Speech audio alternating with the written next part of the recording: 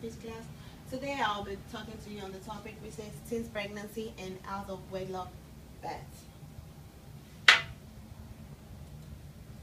In this age, we begin to see an increase in teens and non-marital birth, and statistics have shown that 70% of all births outside marriage are women over the age of 20. Report also confirms that these women in the age bracket are women who have had their first kids as a teenager. What do I mean by this? This means that this pattern starts in the teenage years. Like, if we want to control the measures, we have to control. We have to base our facts. We have to base our facts on the teenagers. We have to focus on them because this is where the problem starts. So on this note, I'll be taking you through my points. Let us look at the disadvantages of non-marital birth and teens pregnancy. Number one, there's an increase in out of wedlock birth. Over the years, we've seen a lot of increase in teenage pregnancies and out of wedlock birth.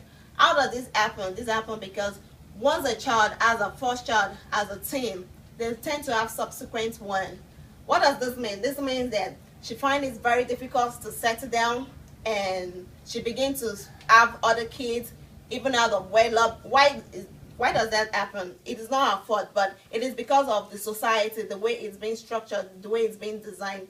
Because if she has the first one out of wedlock, she doesn't see any reason to get married, and she begins to add to the addition of the kids. This takes me to my second point, which says high cost. What do I mean by high cost? This means that teen childbearing costs taxpayers more than $7 billion a year. What does this mean? This means that, okay, like for instance, a family, like a well-established family of a mother, a child, and a father, they are able to take care of their children. They are able to take care of their children, able to pay their school fees, able to support the family. They are able to cater for them. They are able to take care of their needs and their shelter. But as a teenager, bringing a child to the world, most of these teenagers, they are still under their mother's roof. They are still being catered for. It is like a baby giving birth to a baby. So she doesn't have any resources.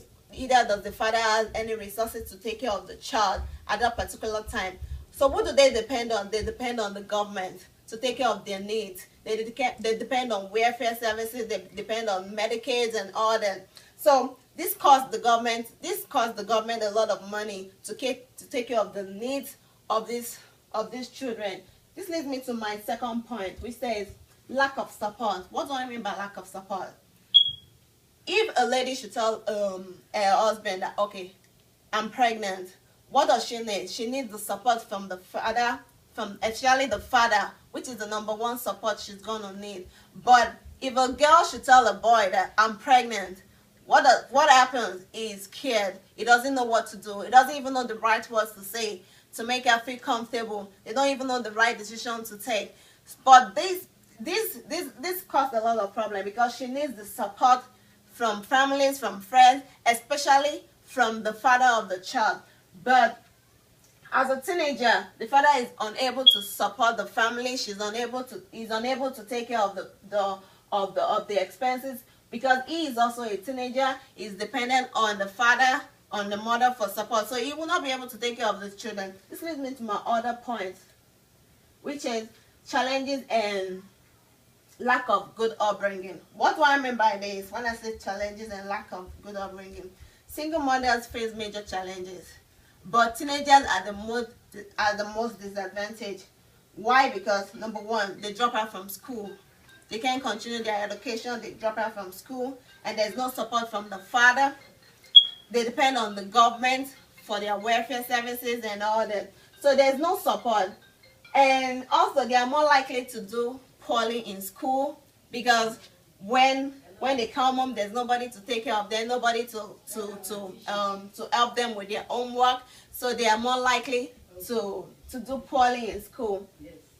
Also, most likely they suffer high rate of abuse and neglect because these kids, even people around, knows that there's nobody to take care of them. So the people around, they tend to abuse them, they tend to take advantage of them. And this kind of kids, they end up in foster care.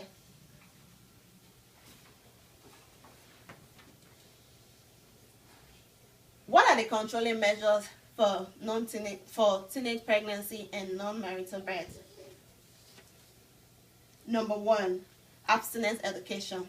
I believe the government should be able to put out some programs that's going to be directed to the teenagers, programs that should be taken to schools, to public schools, and to educate the teenagers on sex education and the different types of STD, sexually transmitted diseases, so that they can be aware of the dangers. Also, there should be a requirement to complete high school, that even if you're pregnant, you should still be able to complete your high school and go to school. Also, there should be a measure that states that every teenager should still be in his mother's house under the supervision of an adult, so that they won't repeat the same mistake. And on my last note, I'll say that the government should deny a mother that is on benefit already. They should deny a subsequent benefit, because now if you're on benefit, for instance, if you're on benefit on taking care of a child that the government is supporting you, you should not have another benefit. I think this will control the level of non-marital birth, because if you know that the government is not going to support you and there's no way you can support your child, there will be a control to the measures. On this note, I hope I've been able to persuade you that teenage pregnancy and non-marital birth should be discouraged. Thank you.